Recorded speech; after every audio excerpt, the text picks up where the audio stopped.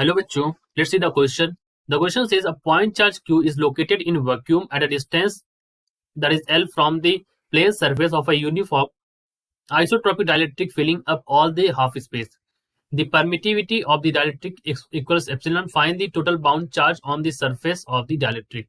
So हमें यहाँ पर क्या निकालना है? We have to find the total bound charge on the surface of the dielectric. तो total bound charge निकालने के लिए हम क्या करेंगे यहाँ पर?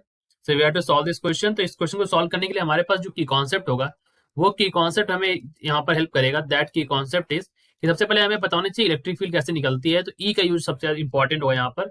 So E is equal to होता है Q by 4 pi epsilon not R square.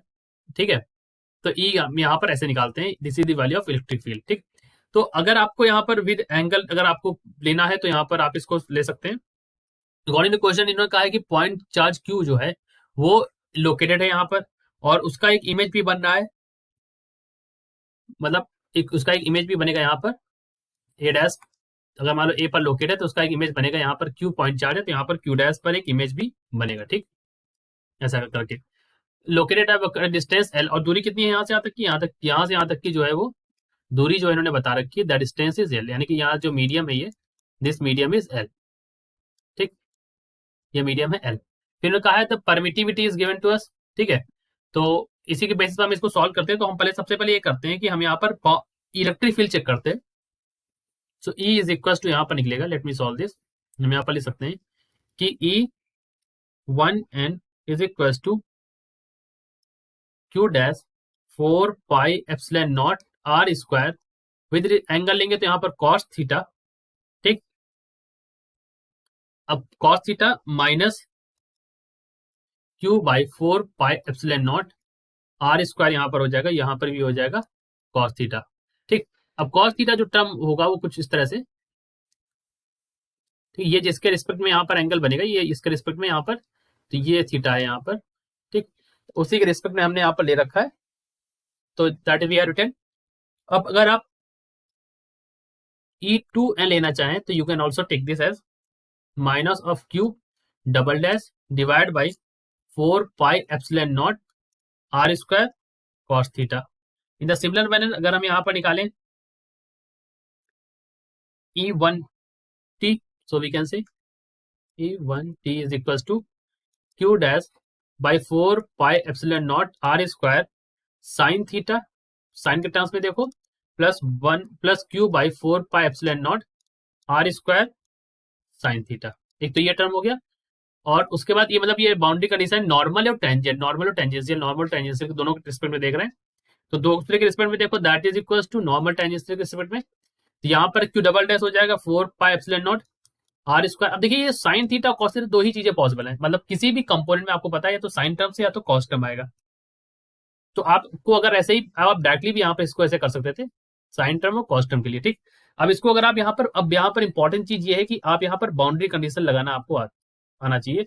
So we will apply boundary conditions. Boundary condition लगाएंगे तो हम लिखेंगे D1n is equal to D2n. एक तो एन वाले को बराबर कर देंगे और E1t is equal to E2t ये वाले बराबर कर देंगे. दोनों को बराबर करेंगे तो क्या निकल के आएगा? यहाँ पर जो निकलेगा that is equal to epsilon Q double dash बराबर क्यू माइनस क्यू डैश.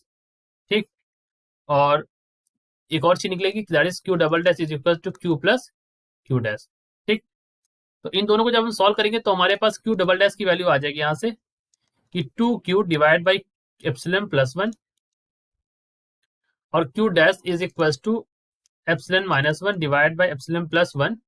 ये माइनस के साइन के साथ यहाँ पर q रहेगा. ठीक, तो दोनों की वैल्यू आ गई है. ठीक, तो आपको क्या निकालना है? आपको निकालना है यहाँ पर कि total bound charge. Total bound charge निकालने के लिए सबसे पहले अगर आप यहाँ पर सरफेस डेंसिटी चेक करें. सरफेस डेंसिटी मैं निकाल लेता हूँ. उसी के बेसिस पे अगर मैं बाउंड चार्ज निकालूं surface density is equal to यानी कितने चार्ज वहां पर मौजूद हैं उसके पहले हमें वैल्यू निकालनी होगी. तभी तो हम टोटल बाउंड चार्ज पता कर पाएंगे. सिग्मा डैश अगर निकालें तो उसकी वैल्यू यहाँ पर क्या हो जाएगी? That is equal to D2n minus epsilon E2n. ठीक, इसकी वैल्यू अगर आप सॉल्व करेंगे तो यहाँ पर वैल्यू हो जाएगी एप्सिलॉन माइनस 1 एप्सिलॉन E2n. ठीक है, यहाँ पर इस तरह से वैल्यू आ जाएगी. अब इसको आप सॉल्व करें तो यहाँ पर हो जाएगा एप्सिलॉन माइनस 1. इसकी वैल्यू यहाँ पर रिप्लेस करेंगे तो epsilon plus one Q by 2 pi r square, एक एप्सिलॉन नॉट से एक एप्सिलॉन नॉट कट जाता है, और यहाँ पर हो जाएगा कॉस थीटा। ठीक, तो इसकी वैल्यू अगर आप लिखना चाहें तो लिख सकते हैं minus of epsilon minus one divide by epsilon plus one, और यहाँ पर हो जाएगा Q cos theta L by R हो जाएगा, तो एल बाई आर क्यूब यहाँ पर हो जाएगा, तो 2 पाई r क्यूब, ये वैल्यू यहाँ पर आ गई। अब आपको टोटल बाउंड चार्ज निकालने के लिए क्या करना होगा, so let me right that. अगर मैं टोटल बाउंड चार्ज बोलूं बच्चों, तो I will start from here, यहां से मैं बोल स्टार्ट करता हूं। देखो, सबसे पहले लिखूं टोटल बाउंड चार्ज।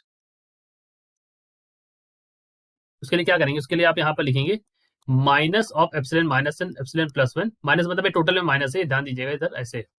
ठीक, क्यू और बाकी जो पार्ट है उसको इंडिकेट करना पड़ेगा जीरो से इन्फिनिटी के लिए। टोटल बाउंड चार्ज होगा जीरो से इन्फिनिटी चेक करेंगे तो एल अपॉन 2 पाई हो जाएगा, यहाँ पर हो जाएगा L square plus x square की पावर 3/2 2 पाई x dx। ठीक, तो अब अगर आप इसको सॉल्व करेंगे तो हम यहां लिख रहे हैं, अब ऊपर देखिए आप, टोटल बाउंड चार्ज की वैल्यू, इसको जब सॉल्व करने पर वैल्यू आई थी, that value is equal to, यहां पर आई थी minus of epsilon minus one divide by epsilon plus one into Q. तो ये हमारा टोटल बाउंड चार्ज यहाँ पर आ गया।